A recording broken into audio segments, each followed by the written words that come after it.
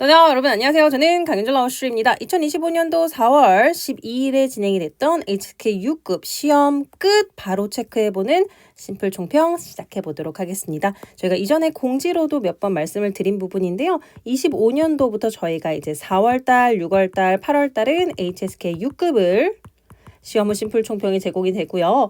이 밖에 5월달, 7월달, 9월달 같은 경우는 HSK 5급 시험 후 심플 총평이 제공이 됩니다. 요점 참고해 주셨으면 좋겠고요. 특히 7월달에는 저희 7, 9급 고급 시험에 대한 시험 총평도 진행이 되니까요. 필요하신 분들은 영상 확인하시면서 같이 공부해 볼 수 있다면 너무나 좋을 것 같아요. 보시면 시험 끝 바로 체크하는 심플 총평입니다. 그렇기 때문에 상세한 내용들에 대한 문제풀이를 진행하는 영상이 아니고요. 시험이 끝나고 나서 어떠한 시험의 내용들이 출제가 됐는지를 같이 함께 살펴보고 주요한 내용들만 짚어보는 영상이니까 여러분들 요즘 참고해 주시고요. 자, 이번 시험 어땠습니까? 듣기 영역 상당히 어려웠어요. 특히 듣기 1, 2, 3 영역 모두 다 전반적으로 어렵게 출제가 됐는데 이 중에서도 특히 이 영역의 인터뷰 내용은 정말 많이 어려웠어요. 여러분들 난이도 상이었습니다. 그렇기 때문에 문제 풀면서 멘탈 탈탈탈 털리신 분들 굉장히 많을 거예요. 어느 정도 듣다가 집중력이 나가시는 분들도 꽤 많이 있었을 거라고 생각이 됩니다. 자, 그럼에도 불구하고 특히 1영역이랑 3영역 같은 경우 1영역에서는 들리는 키워드로 답을 찾을 수 있는 문제가 7문제가 출제가 됐고요. 이 중에 3영역 같은 경우는 비록 난이도가 있기는 했지만 문제의 순서 흐름과 지문의 흐름이 상당히 많이 일치하는 형태를 띠고 있었어요, 여러분들. 자, 그 다음에 독해 영역이랑 쓰기 영역은 전반적으로 난이도가 평이하게 출제가 됐습니다. 특히 독해 영역 같은 경우는 듣기 영역과 많이 상반되게 단어의 난이도도 높지 않았고요. 특히 독해 2영역 같은 경우는 필수적으로 답이 될 수 있는 키워드들이 포진되어 있는 문제가 다수 출제가 됐었어요. 그래서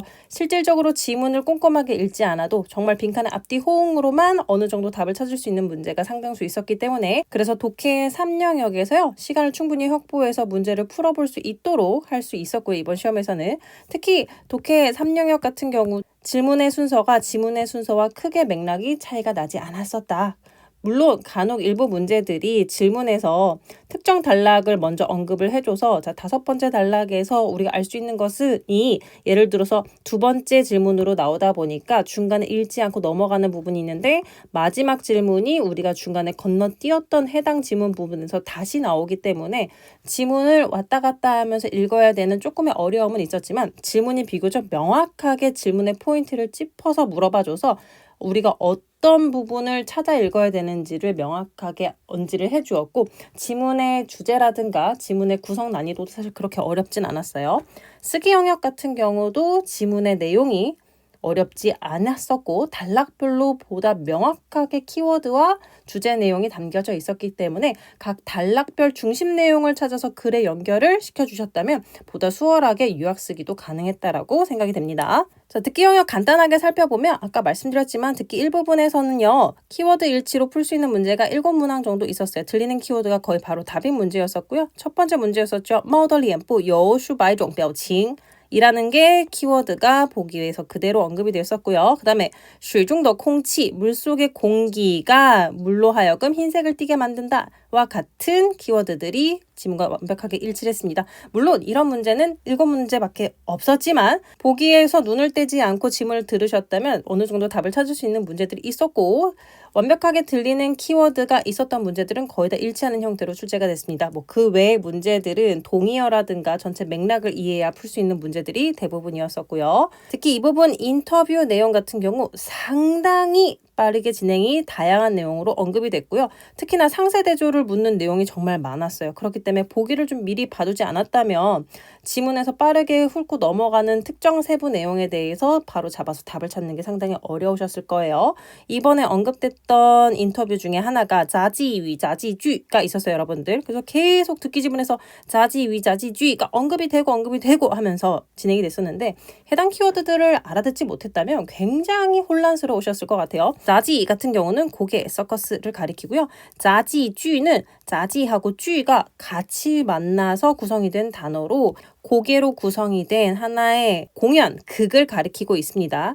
이야기가 뭐였었죠, 여러분들? 인터뷰 대상자가 그녀는 원래 운동선수였었다. 근데 가장 좋은 성적이 띠3名이라고 언급이 됐었죠. 해당 내용을 통해서 보기에서 우리가 알 수 있는 내용으로 고를 수 있는 보기는 没有获得过冠军 우승을 차지한 적이 없었다 였었고요. 자, 그녀가 그렇기 때문에 어떠한 열망이 있었고 그 다음에 은퇴한 후에 고개 기술을 배워서 현대芭蕾舞, 발레랑 결합시킴으로써 새로운 장르인 자지쥐라는 것을 창조해냈다라는 거였죠. 그래서 앞으로는 후대 양성에 신경을 쓰고 있고 정부의 어떤 지원이 필요하다라는 내용으로 구성이 되었었습니다. 자, 그리고 팅리디 3부분으로 넘어가시면 이번에 왕홍이라는 키워드가 역시나 각 영역에서 최소한 한 번 이상씩 모두 다 관련 주제가 나왔었어요. 이 중에 왕홍 장핀이 팅리디 3부분에 나왔었어요. 투어당 띠엔판꼬라는 게 나왔는데 여러분들 아마도 띠엔판꼬 이 밥솥이라는 것은 알아들으셨을 거라고 생각이 돼요. 다만 이 토당이라는 표현이 굉장히 헷갈리셨을 거예요. 토당이 뭐냐, 도대체 무슨 당이냐라고 생각하셨을 텐데 후반부에 가서 취당판꼬라는 표현이 나와요, 여러분들. 자, 취당 할 때 취는 제거하다라는 뜻이에요. 없애다라는 거죠. 그래서 당분을 없애는 판꼬 밥솥이라는 거죠, 여러분들. 아, 그렇기 때문에 취당하고 토어당이 결국은 동의어구나라는 걸 아마도 지문 후반부에 들어가셔서 파악을 하셨을 거라고 생각이 되고요. 요즘에 이제 이 셀럽들이 판매하는 제품 중에서 토어당 띠엔판꼬어가 나오고 있는데 말 그대로 여기 이 밥솥에다가 밥을 지으면 당을 한껏 줄일 수 있다라는 거죠, 여러분들. 그런데 실질적인 효과는 사실 입증되지 않았다라는 게 전체 지문의 내용이었어요. 자, 그 다음에 리안리오라는 게 나와서 여러분들 해변에서 바다 쪽으로 밀려가는 이 강한 표면류를 리안리오라고 하는데요. 리안리오는 사실 우리가 알 수 없어요. 근데 리안리오를 하나의 그냥 고유명사로 파악을 하고 지문을 들으면서 리안리오가 나타내는 거, 그 다음에 리안리오에서 우리가 주의할 것이 무엇인지를 들으셨어야 되는데요. 리안리오를 얕잡아보고 이제 물에 들어가게 되는데 굉장히 위험하다라고 언급을 하고 있죠. 여기에 물살이 굉장히 세기 때문에 위험하고 그래서 어떻게 하길 제안했어요. 마지막에 헝싱 요용 하라고 제안했어요, 여러분들. 요용은 알아들었으니까 헝싱 요용 해라라는 거를 아마도 헝싱을 알아듣기가 좀 어려우셨을 것 같아요. 헝 가로횡자죠. 그렇기 때문에 가로질러서 수영하다라는 거거든요. 그래서 물의 표면 장력을 최대한 마주하면서 가로질러 수영하는 것을 헝싱요용이라고 하는데 헝싱요용이 안 된다면 어떻게 하라고요? 还是随波逐流的好라고 해요, 여러분들. 이때 뽀가 바로 물결, 파도를 뜻합니다. 그래서 물결 치는 대로 주류, 표류하다 가 随波逐流였어요. 그래서 만약에 이 헝싱요용이라는 게 안 된다면 그 흐르는 물결에 몸을 맡기면 자연스럽게 둔덕으로 올라올 수 있다라는 내용으로 질문이 진행이 됐습니다. 자, 독해 영역으로 넘어가 보도록 할 건데 여러분들 독해 영역에서 특히 띠二部分말씀을 드렸다시피 답을 명확하게 구분할 수 있는 빈칸들이 있었고 이 빈칸들이 난이도가 그렇게 높지 않았어요, 여러분들. 답이 되었던 빈칸 한번 살펴보도록 할게요. 요루 마치 뭐뭐 같다라는 거죠. 이양이랑 호응하고 있어요. 그래서 요루接种疫苗一样 마치 백신을 접종하는 것처럼 이란 뜻이었었고요. 그 다음에 健全系统이었으면 健全이 보기에 빈칸의 답이었어요. 그래서 면역 체계를 온전하게 하다. 그 다음에 lie가 하나의 특징이죠. 무엇을 통해서 뒤에 동사하다라는 거거든요. 이카오 슈이팬 수분을 통해서 체온을 조절하다 였어요. 그렇기 때문에 이카오가 답이었고요. 나파하고 이에는 호응하는 관련사 구조였었죠. 그런데 나파 외에 다른 보기들도 역시나 이에랑 호응하는 관련사들이 출연을 했어요. 그렇기 때문에 나파 같은 경우는 해석을 통해서 명확하게 구분을 했었어야 됐었고요. 그 다음에 요지차예 유기농 찻잎에 대해서 나왔고요. 이 찻잎의 재배죠. 그렇기 때문에 재배라는 표현 쫑줄이 답이었고요. 그 다음에 꼬이즈가 호응하는 빈칸과 호응하는 핵심 힌트였습니다. 준슌 꼬이즈 그래서 어떠한 규칙 규율을 지키다 따르다 준수하다라는 거죠. 자, 요성리의 타이 무슨 뜻입니까? 성어고요. 자, 우월한 것이 승리하고 열세인 것이 도태되다라는 거죠. 요성리의 타이. 그래서 적자 생존하다가 요성리의 타이 성어고요, 여러분들. 성어 문제는 이번에 딱 하나 문제에서만 출연을 했어요. 출연 빈도 많지 않았었고요. 요성리의 타이 몰랐어도 나머지 보기로 사실 답 찾을 수 있었어요. 자, 렌웨이产品 같은 경우는 앞서 말씀드렸던 이 유기농 제품과 대조되는 내용으로 나왔었고요. 물론 맥락을 통해서 해당 내용의 답을 추론할 수 있었지만 제품을 꾸며주고 인위적인 제품을 나타내는 게 relevant产品이라는 것이 복합 명사가 있기 때문에 이것도 역시나 답을 구분할 수 있는 주요 힌트가 되는 보기였었고요. 오늘날까지가 뭡니까? 치진 웨이즈이죠. 그 다음에 수이가 하나의 힌트예요. 자, 오늘날까지 놓고 봤을 때 가장 역사가 유구한 것은에 대해서 이야기하고 있어요. 그래서 치진 웨이즈 역시나 답을 구별하는 주요 빈칸이었습니다. 그 다음에 具有什么什么魅力 할 때 이魅力 어떠한 매력을 갖추다라는 거죠. 빈칸의 답이었었고요. 리안화 연꽃 모양이 그 자기에서 피어나는 듯한 모습을 형성한 글이었어요. 그렇기 때문에 리안화는 꽃이기 때문에 만발하다라는 쉔카이가 빈칸의 답이었었고요. 자, 그 다음에 著名人士 유명 인사를 찾아뵙다 뭡니까? 拜访 이죠. 그렇기 때문에 빈칸의 답은 拜访 이었습니다. 자신의 볼일을 마치고 이제 다시 자기가 원래 있던 곳으로 되돌아가다라는 뜻의 판, 호이이기 때문에 빈칸의 답은 고시앙이었었고요. 자, 특정한 표현에 대해서 이 단어는 어떠한 내용을 비유했다를 표현하기 때문에 빈칸의 답 비위였었고요. 자, 食物 음식이죠, 여러분들. 음식을 불로 조리하다가 펑렌이죠. 자, 이 펑렌이 빈칸의 답이었는데요. 해당 지문의 주제 내용이 인간이 불을 사용해서 할 수 있게 된 것에 대해서 이야기를 했기 때문에 빈칸의 답은 펑렌이었었고요. 자, 그래서 불을 사용할 수 있다라는 것이 동물들 중에서도 인간과 일본 동물을 명확하게 구분해내는 지점이 되었다라고 해서 칭추더 구분점, 지혜시엔이 됩니다. 자, 그 다음에 공부科目는 독해 2역경이 아니라 사실은 독해 3영역에서 출연을 한 성어인데 여러분들, 자, 공부科目같은 경우는 밑줄 친 지문 속 단어였습니다. 그렇기 때문에 이 밑줄 친 단어가 의미하는 바는 무엇인가 하고 독해 3영역에서 물었단 말이죠.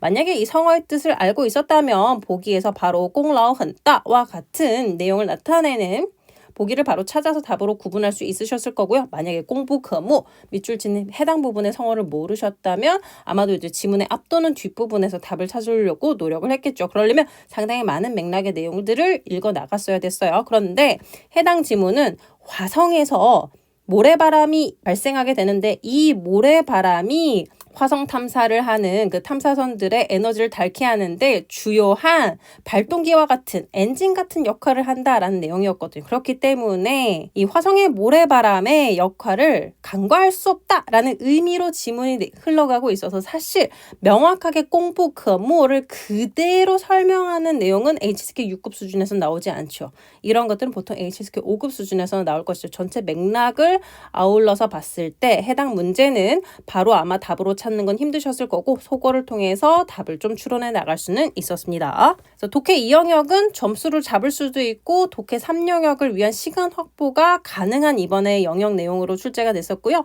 독해 3영역이 시간이 충분히 확보됐다면 보다 많은 문제를 풀어낼 수 있는 수준으로 문제가 출제가 됐었어요. 자, 마지막 수시의 부분으로 넘어가 보도록 할게요. 자, 이번 중작 같은 경우는 지문의 길이가 아주 길지 않았죠. 짧은 지문들로 총 7단락으로 구성이 되어 있었습니다. 400자로 요약할 때 중요했던 점은 첫 번째, 간접화법을 써야지 실수를 줄일 수 있는 내용들이 많았어요. 여러분들 인용구를 써서 그대로 묘사하는 흐름을 탔다면 내용을 요약하기가 굉장히 어려웠습니다. 요약하기 위해서는 직접 화법보다는 간접 화법을 추천을 드리고 있고요. 그 다음에 두 번째로는 상당히 다양한 예시라든가 비유가 들어져 있었어요. 예를 들어서 지금 이 글의 주인공인 리우잉을 묘사하는 여러 가지 표현 중에서도 하나만 선택이 되었어도 됐었고요.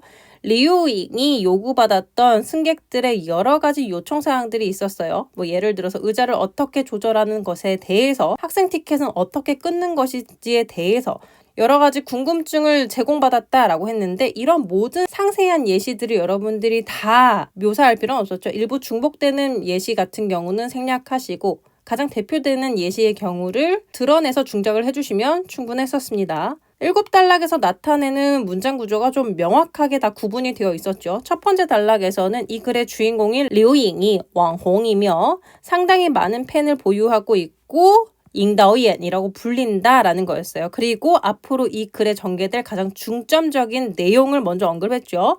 그래서 그녀는 주지의 이실더 의식하고 있었어요. 무엇을 통해서?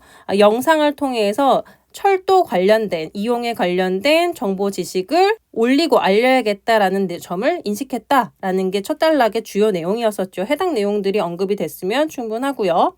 두 번째 단락에서는 이제 그녀가 왜 이 영상을 촬영하게 됐는지에 대한 이유를 서술을 했어요. 그렇죠? 刘颖发现很多乘客对铁路利用知识에 대해서 의문감을 갖고 있었고 그런 궁금증을 해소해주기 위해서 자기가 영상을 찍게 되었다라고 했어요. 이것을 뒷받침해주는 게 세 번째 단락에서 구체적으로 언급이 되죠. 자, 이 예시는 생략이 되어버리면 4번 단락으로 넘어가는데 어색한 공간이 생겨버리기 때문에 세 번째 단락에서 언급이 되었던 예시는 구체적으로 명시가 필요했었고 그렇기 때문에 해당 예시를 살리고 나머지 琐碎的 뭐 그런 세세한 승객들의 요구라든가 질문사항은 사실 생략해도 무관했었죠. 자, 어떤 예시였어요? 요이츠 한 번은 한 승객이 손에 들고 있었죠. 04번이라고 적혀진 좌석표를 들고 있었는데 不知道自己的座位在何处 자신의 좌석이 어디에 있는지 몰랐었다. 그렇기 때문에 리오잉이 그에게 알려줬다라는 거죠. 자, 지금 보시면 해당 지문이 어떻게 해요? 간접화법으로 묘사가 된 것이죠. 실제 저희 지문에서는 직접화법으로 그에게 무슨 말을 언지했는지 말이 표현이 되어 있는데 그 말을 그대로 인용해서 쓰시면 완벽하게 우리가 인용해낼 수 없기 때문에 여러분들 간접화법으로서 이야기를 맥락만 잡아 구성을 해나가시면 됩니다.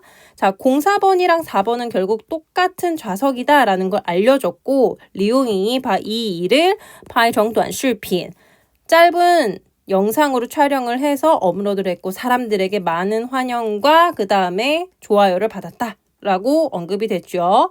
자, 그렇기 때문에 이 사건을 계기로 승객들을 위해서 좋은 서비스를 제공하기 위해서 소재를 찾고 영상을 촬영해서 제공했다라고 했어요. 그렇죠? 그래서 더 많은 사람들이 이 영상을 보고 어떠한 승객들은 이 시설 이용을 할 때 만약에 모르는 부분에 대해서 리오잉에게 묻기 시작했다라고 해서 더 많은 사람들과 소통할 수 있는 것에 대해서 언급을 해주시면 되고요. 그 다음 이제 5번 단락, 6번 단락, 7번 단락은 이제 마무리 단락인 거죠. 이때 5번 단락은 약간의 반전성 이야기를 뜨고 있었어요. 아무래도 인기를 얻게 되기 때문에 많은 어떤 셀러들이 리오잉을 찾아서 디추 무엇을 제안했어요? 合作的想法 같이 일해보자라고 제안을 했었지만 리오잉은 이것에 대해서 이拒绝了라는 표현을 본문에서도 그대로 썼죠. 하나하나 그 어떤 것도 승낙하지 않고 다 거절했다라고 했어요. 왜냐하면 이것은 공익신도 공익적인 것이고 자신이 이것을 통해서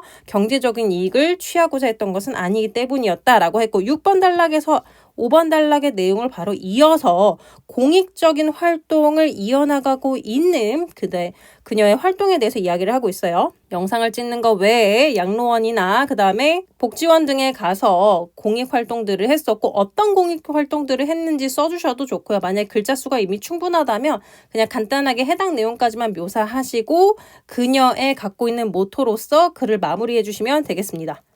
그녀의 모토는 사랑과 초심이었어요. 그렇죠? 지문에서 가장 많이 언급이 된 키워드를 활용하던가 아니면 쌍따옴표로 언급이 된 주요 명사 중에서 하나를 선택하셔서 제목으로 중작하셨다면 너무나 좋았을 것 같아요. 좋아요. 이번 시간 내용은 여기까지고요. 여러분들 심플 총평에 여러분들께 도움이 되었으면 좋겠습니다. 저희는요, 다음에 이제 실제 기출문제에서 나왔던 문제들을 활용해서 문제들이 어떻게 실제로 출제가 됐었고 문제풀이를 할 때 여러분들께 도움이 될 수 있는 학습 방법과 그 다음에 주요 표현들을 실질적으로 한 번 더 정리해보는 시간으로 활용을 해보도록 할게요. 그리고 해당 내용이 반영이 된 인강이 영단기라든가 유튜브로도 제공이 될 예정이니까요. 많은 관심 부탁드리겠습니다. 따자 또 싱쿨러 저희는 새로운 영상으로 다시 만나요.